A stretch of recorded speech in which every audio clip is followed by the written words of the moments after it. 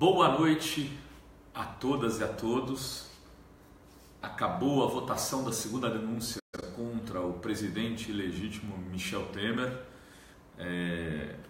A votação teve o resultado previsto, ele escapou de novo. Temer continua presidente, né? Como diria o Nelson Rodrigues, o óbvio, o ululante. O serviço não está completo. Não é hora de criar inseguranças políticas e jurídicas, e nem é hora também de enfraquecer tanto o presidente da República. Mas mesmo assim, o Temer teve 10 votos a menos do que na votação passada. Eu, no meio da votação, previ que ele teria 250 votos ou alguma coisa ali naquilo, e ele teve 251. Mas vamos fazer como a gente sempre faz aqui. Você que está chegando, que está entrando, vai dando o seu boa noite, eu vou procurando você aqui e eu vou anunciando. Aqui, já entrei. Boa noite, Júlia Cruz, indignada. Júlia Cruz indignada, não é só você. Boa noite, Rosa Esteves, querida Rosa Esteves. Nossa cantora aqui de Santos, cantora de Santos não, né? Cantora de Santos para o mundo. Eu queria que você dissesse de onde vocês estão, de que lugar, para a gente poder ir anunciando. É legal saber o nome, mas saber o canto, de que canto você é, né? Nesse canto tão bonito da Rosa Esteves, a gente inspira o canto para dizer de que canto você é. Valquíria, o que o povo está esperando para uma revolução, o povo não aguenta mais. Sônia Mendonça, não é presidente, é ilegítimo. Eu falei, presidente ilegítimo. Elson Josué, boa noite. Vani Franciscato Gebim, boa noite. Anderson, o Kish, meu amigo Kish, um beijão para você, querido. Douglas Oliveira, essa votação mostra a força da bancada a favor do Temer? Não sei, vamos conversar um pouco sobre isso hoje. Janaína de São José dos Campos, um beijo, Janaína. Douglas Oliveira, São Paulo capital. Mari Cristina, São Gabriel, Rio Grande do Sul. Fazenda da Junta, Zona Leste, Sapopemba. Elson José. Ana Maria Souza, Tristeza, verdade. Maria Aparecida Ferreira está aqui em Santos. Magnus Moura, Rio Grande do Norte, boa noite, Magnus. Vani, não houve surpresas, verdade, mas dá para a gente analisar um pouco o que aconteceu. Maria Alice, aqui de Santos também. Sônia Mendonça, São Paulo. Julian Rodrigues, colunista da Fórum. Julian, um beijo para você, meu querido. Miriam Barbosa, São Paulo. Marcelo Ayler, grande Marcelo Ayler, querido Marcelo Ayler, que trabalhou com a gente bastante tempo aqui na Fórum também. Walter da Almeida, professor Walter de São Paulo. Tereza Miranda, do Pará, a Beatuba do Pará. Camilo Fernandes de Sorocaba, Marisa de Avaré, vamos chegando, eu vou falando, a gente já começa. Dina Ferreira, sem novidades, é verdade, sem novidades, mas acho que tem um contexto. O Zeni Guedes tá triste, a Deise, o Agenor, jornalista da Bahia, é isso aí, Anaí do Rio Grande do Sul, valeu Julian, Caio Cunha, Caio São Paulo, Rosângela, Rio de Janeiro, José Fernandes da Silva, se não houver uma forte mobilização, não haverá mudança. Tem razão, eu acho difícil haver mudança, inclusive com forte mobilização, mas vamos conversar disso. Elson José, hoje a votação mostrou que algo está mudando? Não sei. Nem tanto ao mar, nem tanta terra. Irving Bispo, São Paulo capital, Adriana de Rio de Janeiro, Lila de Vitória da Conquista, Vera Lúcia de BH, Pedro Moreira de BH também, BH presente aqui com a dupla Vera e Pedro, aí, ó, Vera e Pedro, Elson José. Só rua muda, talvez. Gente, daqui a pouco eu vou anunciando mais gente. Eu quero começar hoje, eu tenho feito isso em todos os nossos programas aqui, que é falar um pouco de um livro. Hoje eu vou falar aqui de um livro do meu grande amigo, do meu querido e dileto amigo Ladislau Dalbor. O Ladislau esteve aqui em Santos com a gente no sábado, lançando A Era do Capital Improdutivo. Foi um lançamento bastante interessante, porque o Ladislau aproveitou para dar uma aula aberta. O livro A Era do Capital Improdutivo trata, o subtítulo já diz, da nova arquitetura do poder, da dominação financeira, o sequestro da democracia e da destruição do planeta. O livro é da Outras Palavras, do Antônio Martins, também grande amigo. O site Outras Palavras, que é um site que, para quem não conhece, vale a pena ser lido e acompanhá-lo. O livro trata então dessas três questões: como a financiarização do mundo, como essa fórmula de tratar tudo como um ativo financeiro do planeta está sequestrando, por um lado, a democracia e, por outro, destruindo o planeta do ponto de vista dos seus bens naturais e daquilo que poderia ser aproveitado pela maioria da população, pela maior parte do povo, acaba sendo capitalizado por pouquíssimas pessoas, por 5, 6 grandes famílias em todas as partes do mundo. O Ladislau apresenta dados assim muito impactantes do Brasil e do mundo a respeito disso. Ele dialoga com o Piketty, ele dialoga com uma série de intelectuais, e eu diria para vocês que, assim, como ele diz, o livro ele tem ele é de alguma forma aquilo que você conhece, que você sabe, que você suspeita, organizado com dados, com links. Os links que o Ladislau usa são links do Banco Mundial, links de entidades públicas, ou seja, ele usa dados oficiais de alguma forma para demonstrar essa sua tese, né? De que nós estamos vivendo a era do capital improdutivo e de que essa era do capital improdutivo está nos levando para uma sociedade menos democrática e ambientalmente destruída. O livro custa R$40, você pode comprar no site de Outras Palavras. Eu não sei se a gente tem algumas ainda na editora para vender também, se você quiser mandar e-mail para a gente.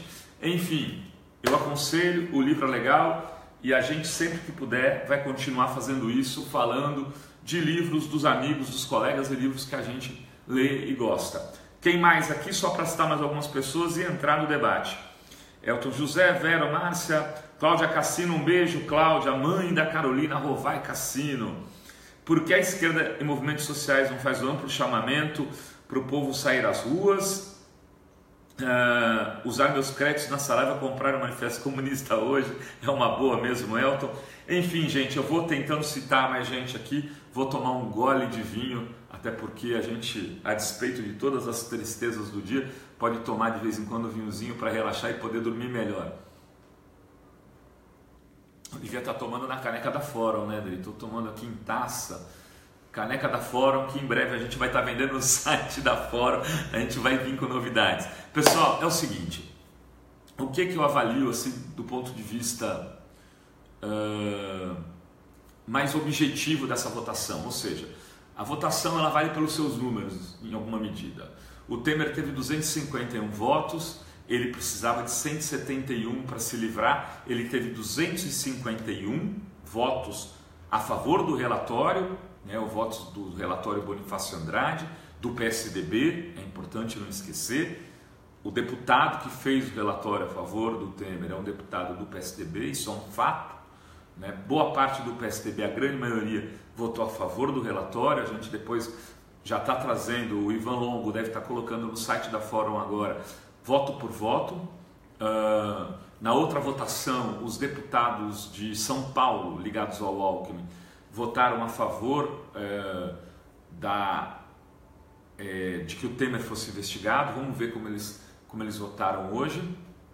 Mas de alguma medida você saiu de 261 votos para 251. Em tese ele perdeu 10 votos. Na verdade, o Temer precisava de 171, mas ele poderia, eram votos dele também, as ausências e as abstenções. Ou seja, mesmo que ele tivesse 150 votos, ele teria se livrado porque a ausência e a abstenção passou de 21. Então ele teve uma vantagem razoável do ponto de vista do que ele precisava para se manter no cargo. Do ponto de vista do jogo político mais direto, pelo menos 10 deputados, de alguma maneira, mesmo com todo esse balcão de negócios que se estabeleceu no Palácio do Planalto nos últimos dias, preferiram não pagar o preço político de votar com o Temer. Preço político em que sentido? Em alguns estados, especialmente do Nordeste, hoje estar com o Temer é pior do que estar com o Demo, de maneira objetiva, assim. Não estou querendo dizer que o Temer é o Demo, quer dizer, a gente poderia dizer que o Temer também é o Demo, mas ele é mais penoso para um político do Nordeste do que a imagem do demônio. Ele tem rejeições de 99% em alguns estados. O Lula, em alguns estados do Nordeste, tem 60% de intenção de votos no primeiro turno. Tem 80% de intenção de votos no segundo turno.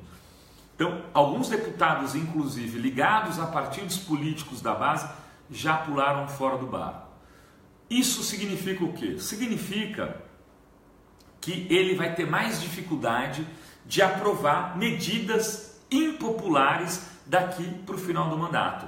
E que ele vai ter condições de governar daqui até abril do ano que vem, que é quando a eleição começa de forma avassaladora para todos aqueles que serão candidatos, e todos, ou quase todos, que estão hoje na Câmara dos Deputados, vão tentar renovar os seus mandatos por alguns motivos, mas entre esses motivos o principal, que é porque esses deputados precisam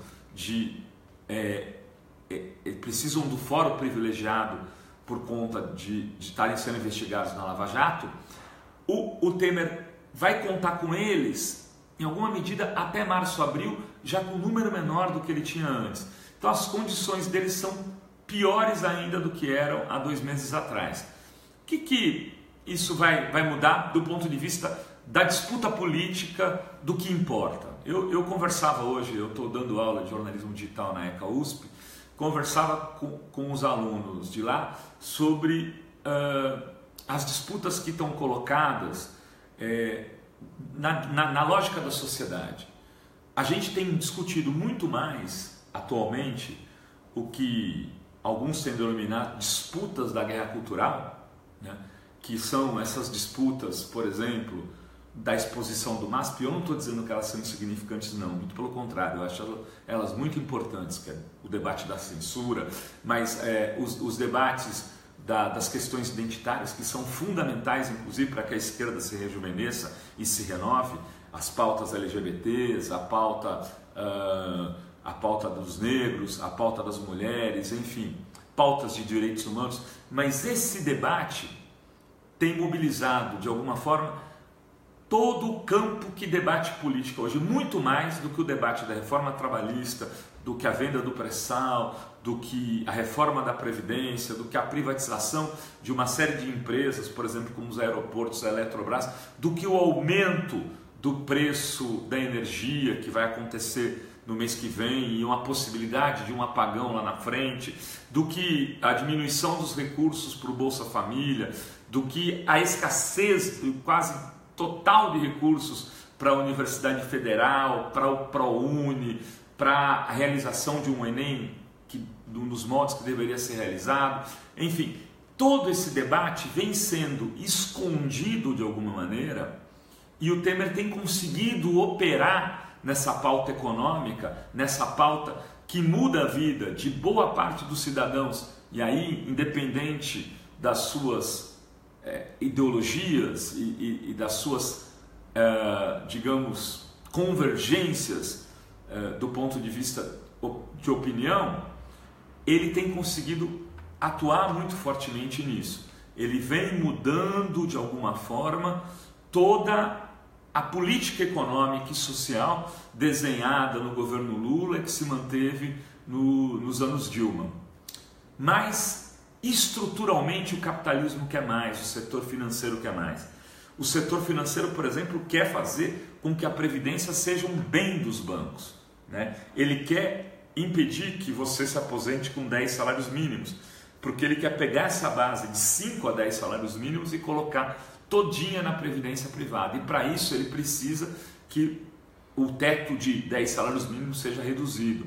Ele, por exemplo, quer o aeroporto de Congonhas, o capital internacional quer o pré-sal. E a gente não tem discutido isso, e de alguma forma algumas coisas têm sendo aprovadas.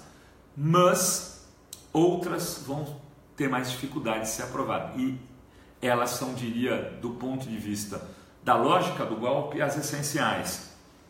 Entre elas, eu acho que é aí a coroa do pacote do golpe é a reforma da Previdência. O que a gente precisa tentar entender é se essa votação de hoje, e que a gente poderia conversar um pouco sobre isso, se ela consegue ou não dar um sinal de que o Temer vai ter capacidade de conseguir os votos necessários para fazer a reforma da Previdência. Bom, para a gente virar a página então para ir para esse ponto, eu acho que o Temer vai ter condições de fazer sim uma reforma da Previdência menos, digamos, mais econômica do que ele gostaria, do ponto de vista do desgaste político, mas ele vai conseguir avançar sim em alguns aspectos dessa reforma. Por quê?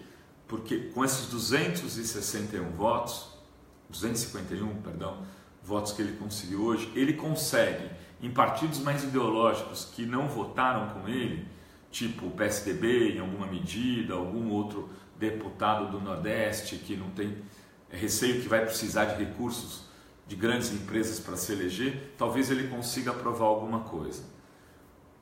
O que será essa alguma coisa é o debate que está colocado e que depende da capacidade do movimento social e do movimento sindical em especial se mobilizar para disputar nas ruas essa agenda. Aí o elemento novo dessa história, o elemento novo é que a economia parece que começou a respirar. Ela não está em um momento auspicioso, usando um termo aí de uma novela da Globo, né?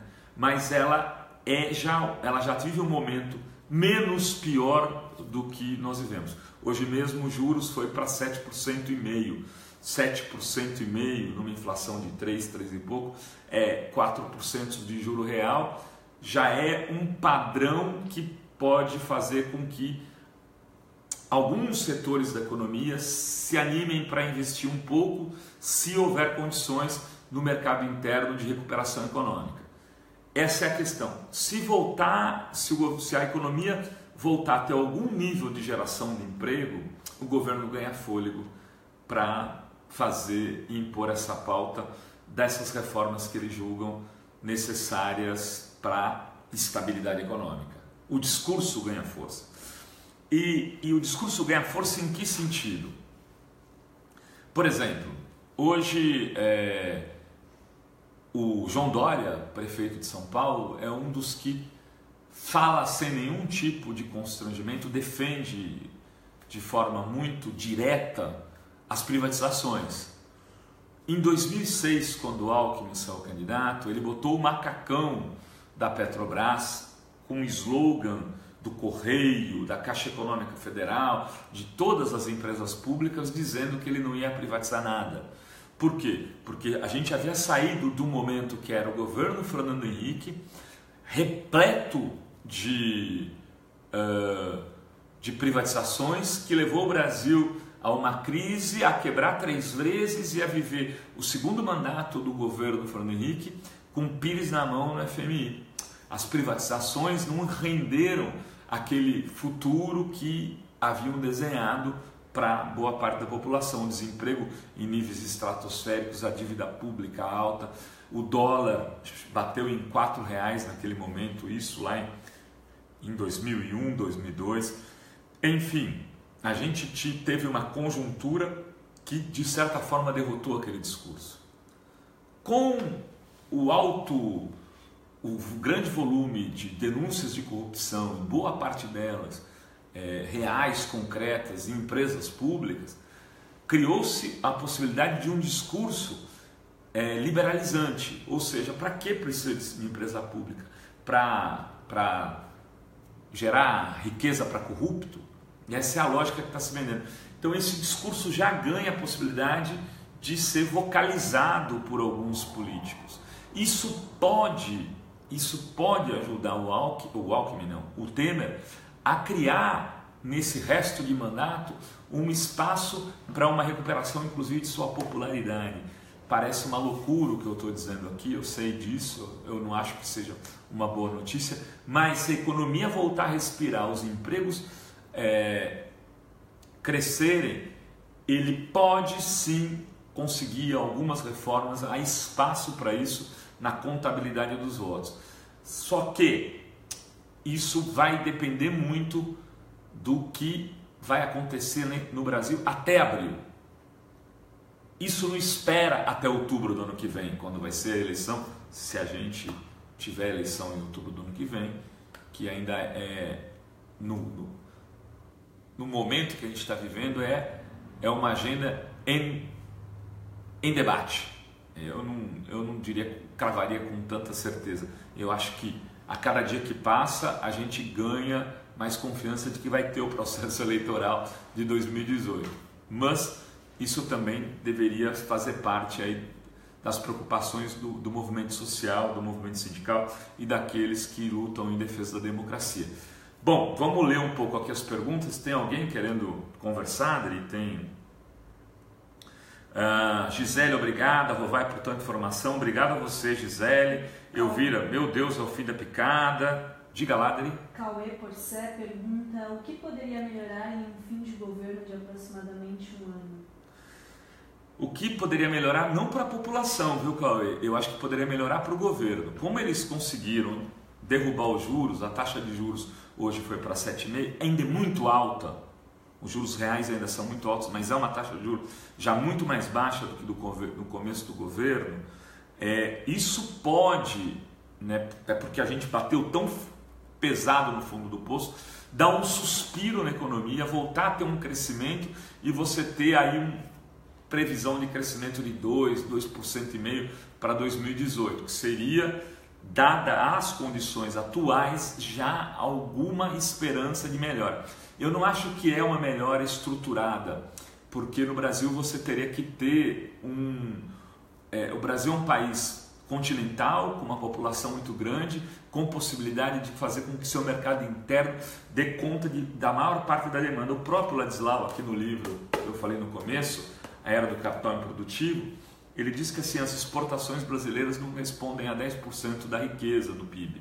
Então, nós não podemos apostar na exportação como solução para salvar o país. Nós temos que construir condições de que a população brasileira possa consumir mais com qualidade e que isso gere riquezas internas, inclusive do ponto de vista do capital cognitivo, do meio ambiente, de uma série de setores, para a gente ter um país melhor e aí sim poder ser um país que lidere processos de melhoria na América Latina e no continente.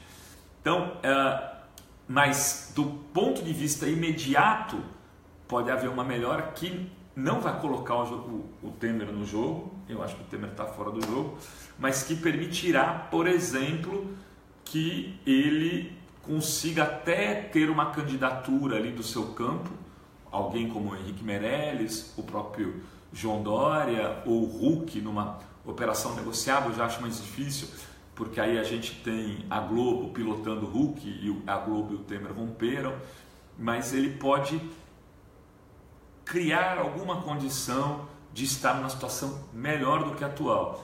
Essa votação de hoje, ela é ruim, mas é boa. É uma loucura dizer isso. Para o Temer ela é ruim porque ela é menor do que a votação anterior, mas ela é boa porque ela não é tão pior do que a votação anterior e dada a melhoria, o sinal de alguma melhora da economia, ela pode significar que outros deputados queiram aí negociar para votar algumas coisas que têm algum custo. Eu não acredito que nisso esteja uma reforma radical da Previdência. Tem mais alguma pergunta, Adri? Vamos lá aqui. Você acredita que se a galera do tráfico apoiasse o povo, conseguiríamos derrubar a quadrilha? Gente, eu não entendo nada de tráfico. Existe a chance de um parlamento progressista na próxima eleição? Quem que perguntou isso? Douglas Oliveira. Douglas, você pergunta de um parlamento progressista na próxima eleição? Esse seria o melhor dos nossos sonhos, né? Se o Brasil conseguisse eleger um parlamento como na Argentina, antes dessa renovação, que você tinha maioria, em alguns outros países, ou que tem uma possibilidade de disputa, as coisas seriam diferentes, mas nem no melhor dos momentos, que foi em 2010, quando o Lula tinha 80 e poucos % de aprovação, 87% de aprovação, onde ele conseguiu eleger a Dilma, que era uma pessoa que nunca tinha sido eleita nem para nenhum cargo de parlamento municipal, nenhum cargo de vereador, nem naquele momento a gente conseguiu ter uma quantidade de deputados federais e senadores suficiente para aprovar medidas de cunho popular que significassem uma mudança radical nessa nossa cultura escravagista, nessa cultura que é fundada numa distribuição de terras absolutamente colonizada, né, onde a gente mantém aí a mesma dimensão do território para os barões do café e da cana até hoje. A Adélia Pasta está perguntando como conseguiremos retomar os movimentos de resistência nas ruas. Alguma ideia? Cara, é muito difícil pensar em articulação de movimento social hoje sem pensar em lógica de redes. E na lógica de redes, uma coisa pode desencadear uma grande mobilização.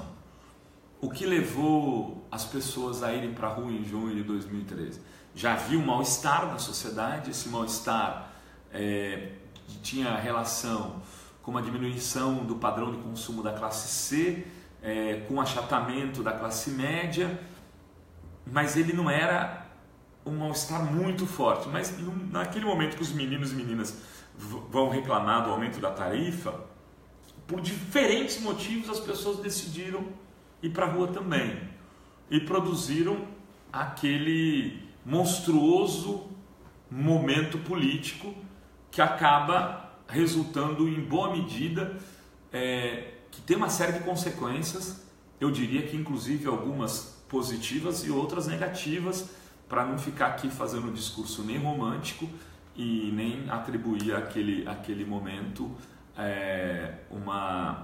como se ele fosse uma construção fascista. Você tem ali um misto de sentimentos, as pessoas vão à rua com aquele misto de reivindicações distintas que começaram, pode-se dizer de alguma forma, lá no churrascão da gente diferenciada, que era um ato contra o governo Alckmin, e foram sendo ampliados até explodirem em junho, julho, agosto, enfim, de 2013. O que vai levar as pessoas em grande quantidade à rua no governo Temer? Num dado momento, eu imaginei que seria se eles fossem para cima mesmo da reforma da Previdência, mas isso alguns meses atrás vinha se construindo essa bola de neve, ela vinha aumentando. Houve uma greve geral, por exemplo, em 2017, do tamanho da de 1917 aqui no Brasil. Fazia 100 anos que a gente não tinha uma greve geral com aquela potência que foi realizada. Então, assim, não se pode dizer que não foi feito nada nesse período, mas houve sim um refluxo das manifestações. Elas não vieram nem com a denúncia da JBS, nem com essa do Janot, nem com a Globo tentando, rompendo com o Temer de alguma maneira. É difícil saber, mas de repente às vezes acontece um estalo, como os argentinos dizem, e o estalo produz aquela centelha que bota fogo em todo o palheiro. Em lógica de redes isso é possível. Tem mais alguém? Quer fazer alguma pergunta? Tem mais. Esse vinho não é chapinha. Não é chapinha, é o vinho Forum da Forum. Se você quiser comprar, Forum, vinho francês da Forum. Eu estou tomando um vinhozinho porque hoje eu saí daqui 5h30 da manhã de São Paulo, de Santos, fui para São Paulo, dei aula às 8, fiquei o dia inteiro em São Paulo, desci ouvindo a votação pelo rádio, cheguei aqui, estou conversando com vocês agora às 10 da noite. Então tomando aqui um vinhozinho para dar uma relaxada. Carlos Oliveira, um abraço. Se o Bolsonaro tivesse uma obstrução na oreta, ele aceitaria uma... Bom, enfim, aí, Paulo, não vou ler inteiro o comentário. Sangue de Boá, pode ser. A linha de argumentação dos apoiadores do relatório foi impertinente ao documento em si. Mas isso faz a tática do jogo político, né? Enfim, pessoal, o que mais? Aqui comemorando a vitória do Temer, Márcio Oliveira, você está comemorando a vitória do Temer, jura? Onde compro? Na Casa Fórum aqui em Santos tem o vinho. A gente vai... Depois eu disponibilizo. Na verdade esse é um vinho espanhol aqui. Leyendas. Chileno, Leyendas. É um vinho de R$30. Nada significativo, viu? Você que tal, o deputado Bonifácio é avô do Sarney, sabiam? Não sabia. Sei que os Bonifácios têm aí 200 anos de Câmara Federal. Só esse deve ter uma meia dúzia de mandatos. Bom, gente, virando um pouco a página, que eu queria anunciar em primeiríssima mão para vocês, que ainda também estou de vinhozinho, Júlia. Pois é, Cocerra é um ótimo vinho. Cocerra Tarapaca, chileninho. Anunciar para vocês em primeira mão que a gente está iniciando um processo de reformulação no site da Fórum.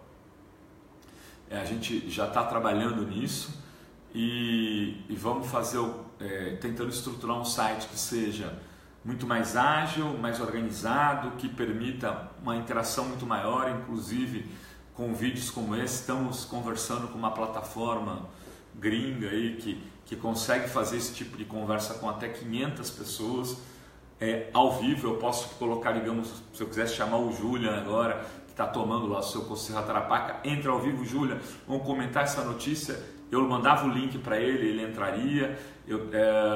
Enfim, se chamasse um deputado que acompanha a votação, o Zaratini, o Jean Willis, a Erondina, enfim, o Júlio Delgado do PSB, um deputado do PCdoB, a Jandira Fegali, nossa querida colega do Rio de Janeiro. Enfim, se a gente tivesse com essa plataforma, conseguiria isso. E a gente está querendo trazer uma série de inovações para Fórum para começar 2018 com um site muito mais forte, muito mais vibrante, muito mais atuante nesse debate político. E a gente vai lançar aí um crowdfunding para poder fazer uma parte dessas coisas que a gente já começou a fazer. Isso envolve um nível de investimento. A gente faz a Fórum, como vocês bem sabem, aí, desde 2001, nós estamos em 2017, 16 anos. Muitos de vocês devem ler a Fórum nesse período todo, sempre colocando todo o nosso conteúdo gratuitamente na internet. E agora a gente vai precisar de uma força, de um apoio para poder fazer algo mais antenado com o que vem da internet por aí. A internet vai ser muito isso que a gente está fazendo agora, muita conversa em vídeo. Vai ser preciso fazer mais isso para poder fazer a disputa de todas as pautas que nos interessam. A pauta contra o trabalho escravo, a pauta contra a censura, a pauta pelo mínimo de ética na política, enfim. E dizendo isso, aqui eu já vou indo para os nossos encerramentos. Rovai é melhor o karatê ou não ter? Eu não sei, sinceramente essa é uma pergunta muito difícil. Roseli, só quando sentir as reformas no bolso vão acordar. Júlia Cruz, não foi por 20 centavos. O Régio Fernandes, conte conosco, agradeço. Luiz Oliveira, não é tipo Hangout, não. É muito mais interessante que o Hangout tem uma limitação. A gente está buscando uma plataforma que permita dar cursos gratuitos para as pessoas, até 500 pessoas, por exemplo. Então a gente vai fazer um curso sobre democracia, ou um curso sobre a era do capital improdutivo com o nosso amigo Ladislau Dalba. Vai lá, ele vai cobrar R$10, um valor mais tranquilo, porque vai permitir que esse curso seja no digital. Curso que custaria 200 presencial, ele vem aqui, a gente faz ao vivo, ele consegue fazer por um valor mais baixo, juntando um número muito maior de pessoas. Tem duas vantagens: ele consegue algum recurso para sobrevivência, para poder continuar comprando os livros importados que ele compra para fazer o livro dele, e ao mesmo tempo você consegue adquirir cultura por um preço melhor. Algumas outras pessoas farão de graça, e a gente vai abrigar essa plataforma de cursos com esse tipo, com esse programa que a gente está buscando para trabalhar com vídeos. Ele tem um preço, ele é caro, ele tem um custo mensal, enfim, a gente vai dialogar tudo isso com vocês. Essa é uma coisa. A outra é organizar todo o acervo da Fórum desses 16 anos.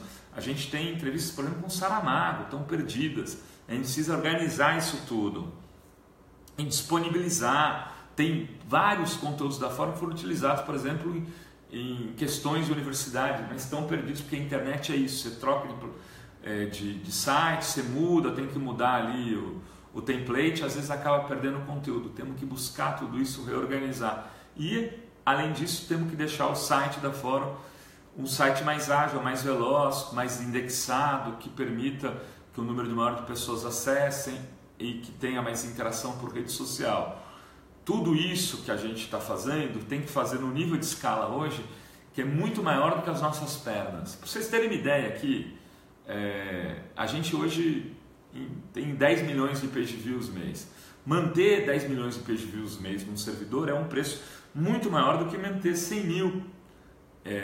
100 mil, quando o dia é fraco, a gente tem 150 a 200 mil page views. Então, isso tudo a gente vai ter que começar a dialogar com os leitores para que assim crie uma rede de contribuidores que permitam que a gente consiga fazer profissionalmente um jornalismo com essa qualidade, porque não vai ser buscando esses recursos na iniciativa privada que a gente vai continuar, que a gente vai conseguir evoluir, muito pelo contrário, a gente só vai perder protagonismo, né? Até porque a gente não pode depender do Facebook para fazer isso que a gente está fazendo agora. Eu estou usando a plataforma do Facebook porque ela é a única possível, porque a gente sabe que o Facebook, infelizmente, nos trata de forma discriminatória em relação a outros sites da grande mídia. Isso é um outro programa que a gente vai fazer. Assim, os algoritmos do Face, eles agem não ideologicamente, não precisam agir ideologicamente, mas só de eles falarem você é mídia e você não é mídia, isso cria um problema. A Fórum, com todas as comprovações de que é mídia, até agora não conseguiu a certificação de mídia do Facebook, percebem? Então, a gente vai ter que começar a conversar disso, já estamos conversando e a gente quer debater isso também de forma democrática com vocês. Vamos para as despedidas. Legal a ideia do curso, e é legal mesmo, a gente quer fazer. A Elite do Atraso é um bom livro. Eu não li a Elite do Atraso, eu li as críticas da Elite do Atraso, li a defesa do Gessé de Souza. Meus amigos mais próximos dizem que sim, é um bom livro, né, se te ajudar nessa resposta. Eu estou terminando o doutorado nesse momento, estou tendo condição de ler muito pouca coisa para fora do meu doutorado. Eu tenho que entregar aqui até dezembro, depositar o doutorado lá na Universidade Federal do ABC. Que bom que os haters não aparecem, eu estou errado. Que bom que os haters não aparecem. Aliás, é isso, quanto mais você faz esse tipo de coisa, menos haters tem. A gente tem que fazer mais, inclusive para isso, para ficar com as pessoas que são do nosso campo. Rosa, um abraço para você, um abraço para o Elson, um abraço para o Davi. A Érica está dizendo que o livro é ótimo, e eu também tenho depoimentos desse. Gente, a gente se despede aqui, continuem acompanhando a Fórum, entrem na Fórum, não pelo Facebook, entrem lá, www.revistaforum.com.br, todo dia de manhã tem novidades, o Lucas entra logo cedo, às 6h30 da manhã para atualizar o site, o Julinho Bittencourt entra às 8 e pouco da manhã para trabalhar junto com o Lucas na parte da manhã, depois tem o Ivan Longo trabalhando no período da tarde, a Adri, que está aqui até agora, aqui também, Grande Lorenzo, trabalhando comigo, ela ajuda em todo esse trabalho de rede, junto com o Bruno. A gente tem profissionais, todos jornalistas, dedicados a construir um produto para você todos os dias. Então, não acompanhe a gente só pelo Facebook. Tá bom? Boa noite a todas e a todos e um grande beijo.